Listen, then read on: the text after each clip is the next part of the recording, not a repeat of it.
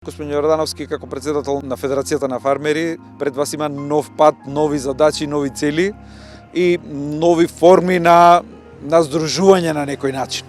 Скоро бевте на една студиска посета во Хрватска со цел да се осознаат сите информации околу тие нови форми на здружување. Еве, јас слободно ќе го интерпретирам како некоја повисока форма од за другите. Досега, ако викавме членовите во здруженија, здруженијата да прават и задруги, и за другите да бидат некое високо ниво на здружување, ова ќе му дојде организација на производители уште повисоко. Зашто се работи, од каде идејата, од кога е почнато тоа да се применува во европските земји?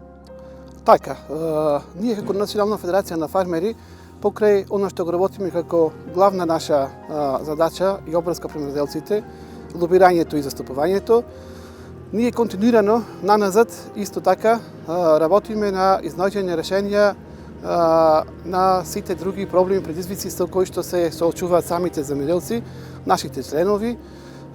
Значи, изнаоѓање на решенија со пласман, со пристап до пазари, организирано производство, договорно производство и на крајот некоја нормална пристојна цена со која ќе бидат рентабилни самите земјоделци. Па од тука, баш во овој нов модел на здружување, гледаме тука едно од решенијата за овие претходно што ги спомнавме причините. Што значи првин организација на производители и во што е поразлична од досегашното здружување во овие постоечките задруги. Самото здружување во овие организации на производители подразбира поголема флексибилност, поголема слобода за самите земјоделци како примарни производители, бидејќи во овие организации на производители ќе членуваат не само примарни земјоделци и производители, туку ќе членуваат сите членители вклучени во процесот, во производство на еден производ или одреден подсектор, како што се откупувачите, дистрибутерите, трговците и самите преработувачи.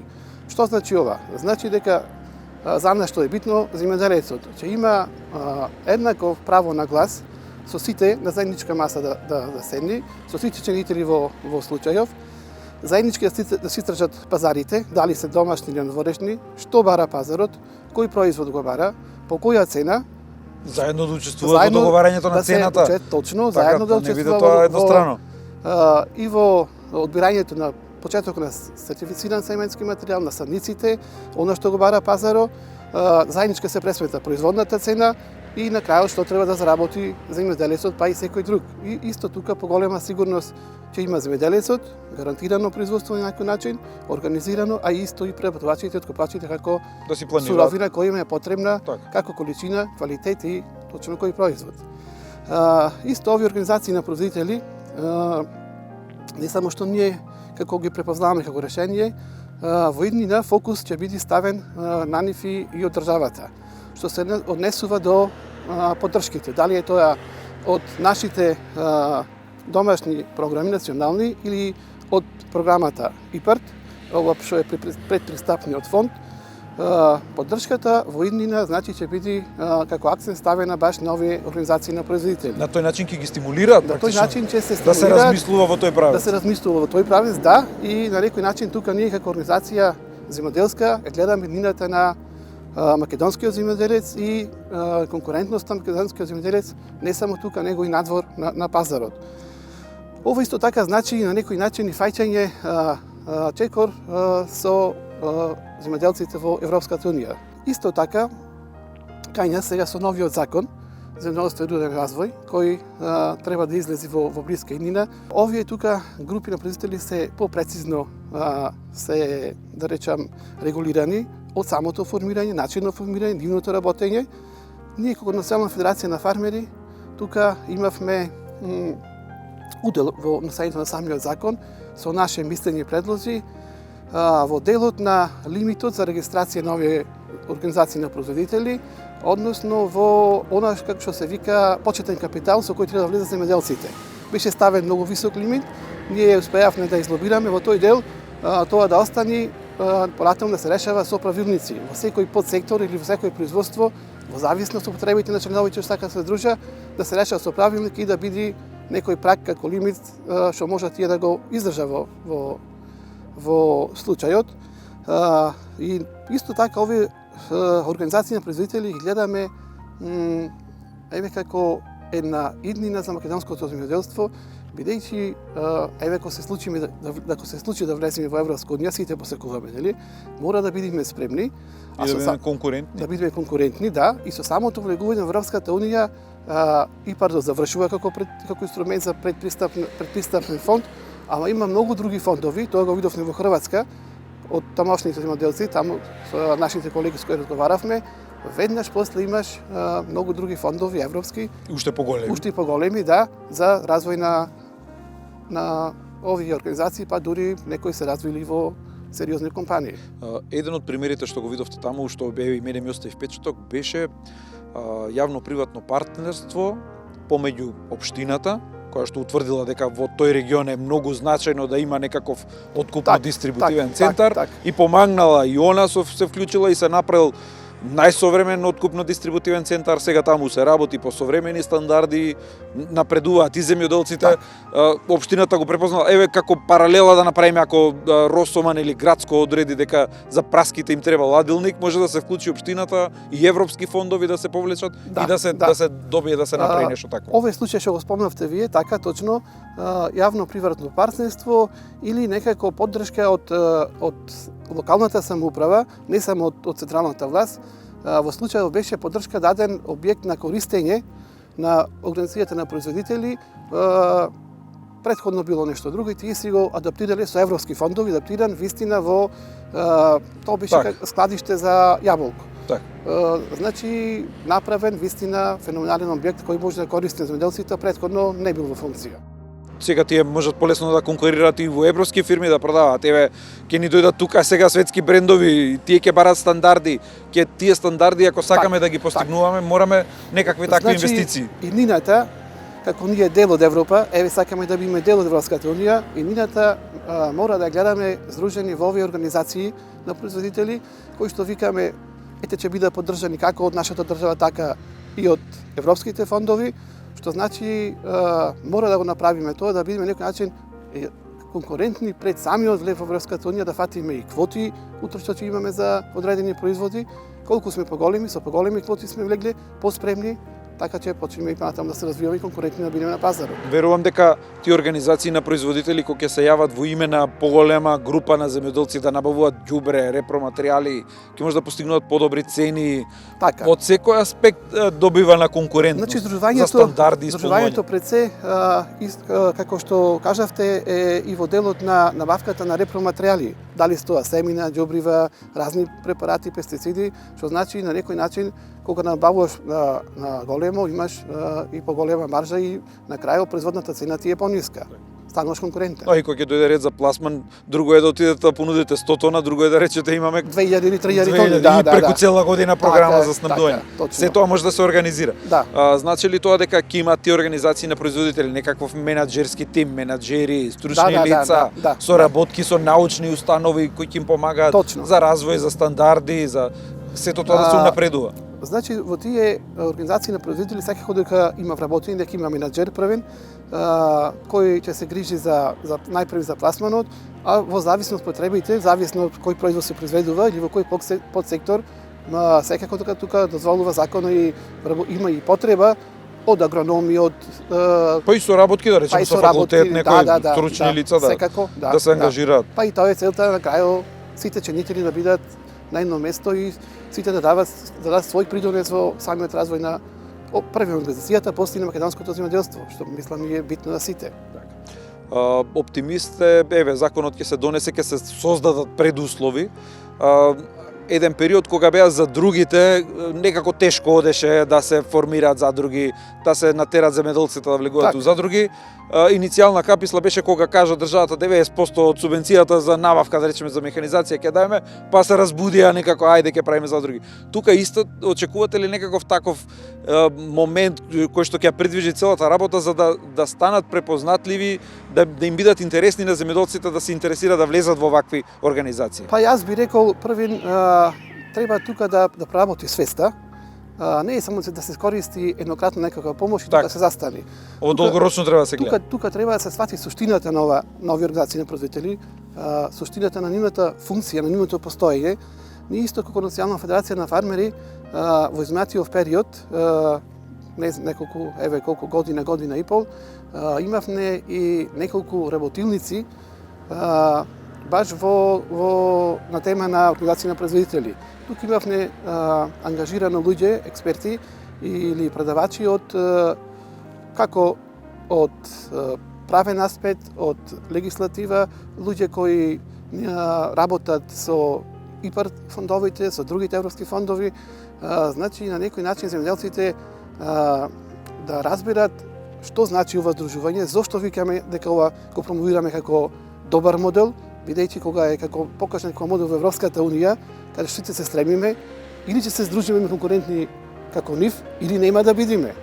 Што значи ние организиравме, како што кажав, неколку обуки, неколку работилници со стотини и повеќе наши членови, луѓе кои на некој начин се припремаат за Да, нешто ново е кај нас, треба ново, едукација е потребна. И се надеваме дека барем пола од тие луѓе што беа таму и беа заинтересирани да бидат како први пионери во нештото и да ги формираат првите организации на производители во Македонија. Изминатиот период слушнавме нови иницијативи за нови форми на здружување, што силно одекнаа, гледаме дека институционално полека се подготвува терен за тие нови иницијативи, преку разни мерки што ќе се планираат, нели, за тоа, се работи за организација на производители. Нешто ново што го слушнавме и нешто што го гледаме дека во регионот го има, допрва ќе дојде и кај нас. Вие како федерација бевте и на една посета, видовте, еве Кусо првин, што е тоа организација на производители, што подразбира за да знаеме за каква форма на здружување зборуваме. Да.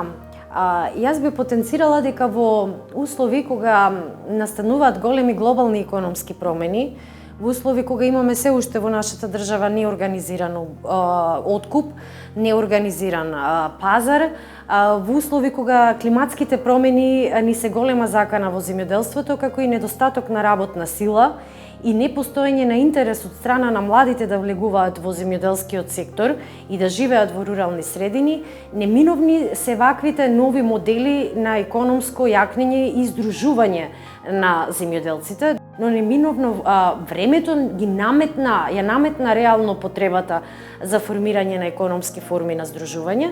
Значи, да не заборавиме, економски форми на здружување се и земјоделските задруги, една од најдемократските форми на одлучување во делот на земјоделството, но воедно се појавуваат и нови модели како што се организации на производители. Тоа не се нови модели, тоа се модели кои што постојат во Европска унија и кои што се доста поддржани од страна на програмата за рурален развој на Европската унија во насока да се формираат вакви организации на производители.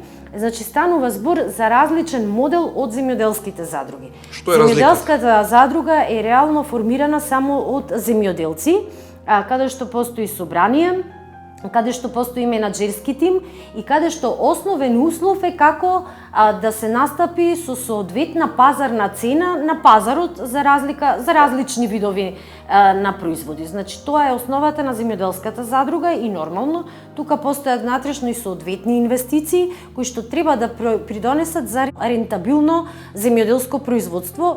Тоа е за земјоделската задруга. Организациите на производители се многу пофлексибилни, многу поотворени форми, каде што создаваат еден заеднички диалог и заеднички го обединуваат и земјоделецот заедно со преработувачот, заедно со откупувачот, заедно со фирмите кои што се снабдувачи на различни суровини и тука исто така можат да влегуваат за другите. Значи, една организација на производители може да биде составена и од земјоделци, и од земјоделски здруженија кои што се однесуваат на соодветниот производ, и од компании, и од земјоделски задруги. Значи, многу е флексибилна и многу е отворен внатрешно диалогот. Реално вакви земјоделски организации на производители, најдобро развиени и најдобар пример, реално постои во Полска, во делот на свињарството. Понапред таму со Да. Полска така. и тоа придонесе реално да зборуваме за зголемување на домашното производство.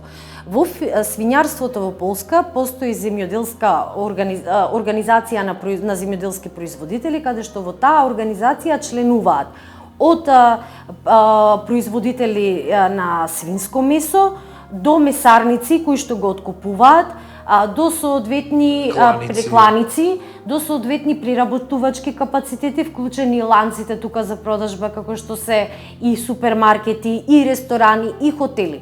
Многу е добро затоа што се седнува на една иста маса, каде што се договара заедничкиот интерес, сите да се задоволни.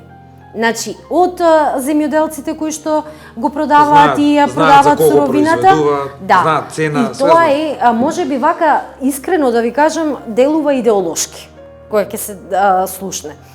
Но реално, ако се обедени заедничкиот интерес и тој заеднички интерес ги опфати сите субјекти во ланецот на производство на кој било земјоделски производ, значи тогаш ќе има рентабилност и тогаш ќе има ефект и задоволство кај сите, се разбира дека ќе се зголеми производството. Тоа е всушност реално кажана организација на производители која што го обединува заедничкиот економски интерес на земјоделците заедно со сите субјекти инволвирани во ланецот на производство. Да сватиме попластично, кој би можело во иднина во Македонија, кој би бил таргет некој на некој производ или на некое производство да може да никне да се создаде организација на производители, како ги гледате состојбите во земјата? Да, ние кога беше донесена новата ЕУ директива на Европска унија и ние реално како Национална федерација на фармери го знаевме поимот организација на производители, но никако детално не бевме навлезени што тоа значи и како значи. Кога го разгледавме, реално и кога видовме дека може нешто да се направи, реално Националната федерација на фармери се вклучи во активности, конкретни активности на терен. Тука можам да истакнам, тоа се ја користевме методологијата Market System Development, развој на пазарите, кој што е алатка која што се применува, да речам, во Европска унија, па и во светот, и беше тие проектни активности беа поддржани од VFX и Шведска реално, така што ние почнавме да го опипуваме теренот. Нормално, на терен повторно ги има оние класични проблеми. Тоа што со за другите што ги имаше. Непостоење на заеднички интерес, страв дека никој ќе им зедеме нешто и личниот незаеднички настап, туку индивидуален настап кој што сметаат дека колку толку ќе им донесе бенефит. Но кога започнавме со разговори околу стандардизација, околу зголемување на производство, околу тоа дека ќе се намали производната цена и ќе се зголеми продажната цена, олабавување на тој ланец кој што е најголем проблем кај нас во државата, тоа е прекупците кои што ги нарекуваме. Тоа е најголемиот проблем кој што ја прави. Да, каде што ние имаме се уште ефтина суровина, а на пазарот се појавуваат храна доста скапа и од домашно производство, да зборувам, не само од странско. Значи тука тој ланец на откупувачи, прекупци кои што ги нарекуваме, прават голема дисторзија на пазарот, така што почна луѓето едноставно земјоделците да сваќаат реално во нашата држава ние можеме да ги направиме овие организации на производители и постои интерес од неколку сектори. Тоа е од секторот овоштарство, јаболкопроизводство, значи јаболкарите реално од Преспа, посебно во делот на индустријско производство на јаболко и правење на преработки од тие производи, постои голем интерес и можат да се здружат во организација на производители каде што ќе ја подобрат технологијата и ќе го зголемат производството на тие преработки. И ќе имаат производи со додадена вредност, не само суровина. Тоа е многу важно, сега функционираат како мали оператори на храна, така можат да настапат и на поголеми пазари, на супермаркети, значи во ресторани, во хотели, па дај Боже и да можат уште поголеми ланци за продажба на храна да снабдуваат и да се направи извоз.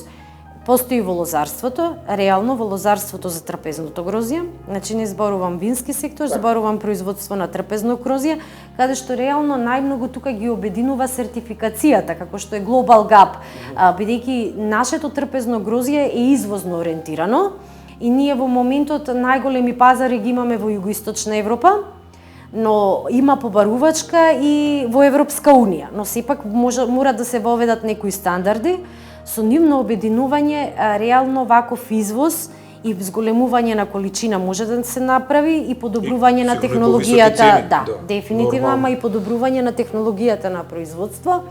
И реално како федерација веруваме ние дека ќе се појави една организација на производители, на тоа работиме, не можам да кажам дека постои интерес, се трудиме да го наметнеме тој интерес, тоа е во сточарството, овчарството. Значи и јагнето реално има во моментот има голема побарувачка на јагне на европските пазари. Така што сметам дека со добри кланици, поврзување на добри кланици со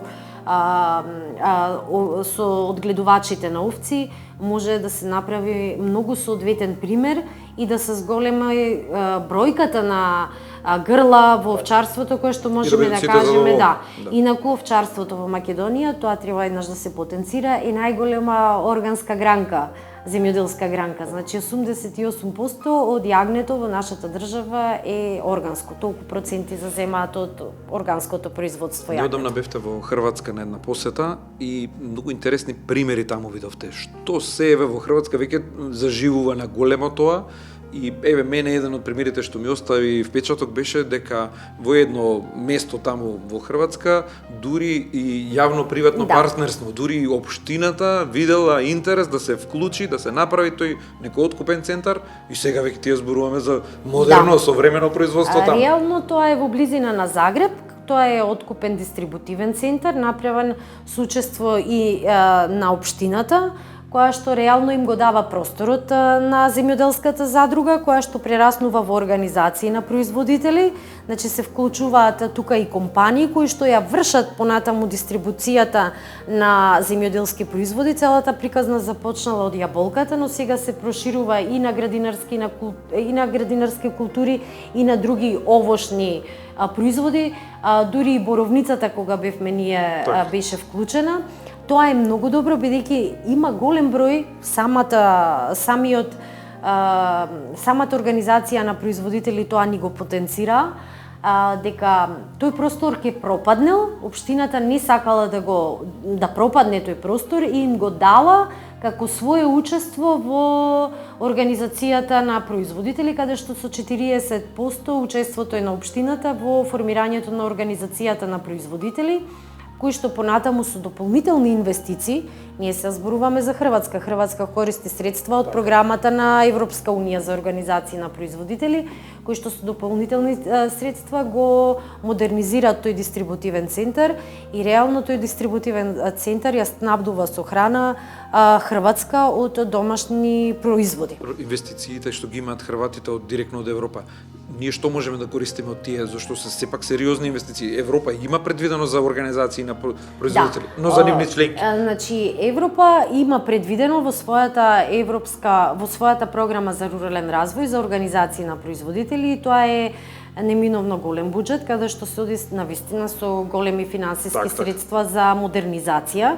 Еве конкретно можам да кажам и во Хрватска тоа го видовме, мене тој ми беше најинтересен пример, тоа е во еден дел во една општина Белица, каде што 8 земјоделски стопанства се здружуваат, тие произведуваат компир, користат 2 милиони евра од европската програма. Тоа се сериозни инвестиции. Тоа се сериозни инвестиции за правење на ладилник и на дистрибутивен центар и од 3000 тони компир кои што го имале во тоа производство, сега стигнале до 5000 тони компир на производство и ја снабдуваат Хрватска. 80% од нивното производство е веќе дефинирано пред да започне реколтата на берба. Значи тие веќе знаат каде ќе се продаде. И младилникот, да кажам дека после бербата за 2 месеци останува празен. Значи, тоа се тие инвестиции. Програмата на Европската унија си е наменета за членки на Европската унија. но реално ние ако сакаме да го согласиме нашето македонско законодавство со ЕУ директивите, мораме да ги воведиме, барем да ги дадеме тие правни форми на формирање на организации на производители. А ние имаме тука можности со компании и реално и со дистрибутивни центри, па и вакви случаеви на јавно-приватно партнерство да се направат соодветни правни ентитети кои што ќе овозможат заеднички настап на пазарите на сите субјекти. Ако се види интерес, можеби државата ќе се вклучи со некој фонд како што беше како што беше националната програма подготовка за ИПАРТ и ова ќе биде така некако фонд за подготовка за користење понатаму. Реално она што ние се залагаме како Национална федерација на фармери, реално постои интерес од страна на државните институции, конкретно од Министерството за земјоделство, за формирање на вакви организации на производители. Се менува законот, значи организациите на производители во постојаниот закон за земјоделство и за рурален развој постојат, но се дефинирани како земјоделска задруга, што тоа не е организација на производители. Се прават тие измени законски во согласување со ЕУ директивите, значи треба да постои стратегија, треба да постои бизнис план, треба да постои менаџерски тим кој што сето тоа ќе го управува, за да биде направена како еден правен ентитет.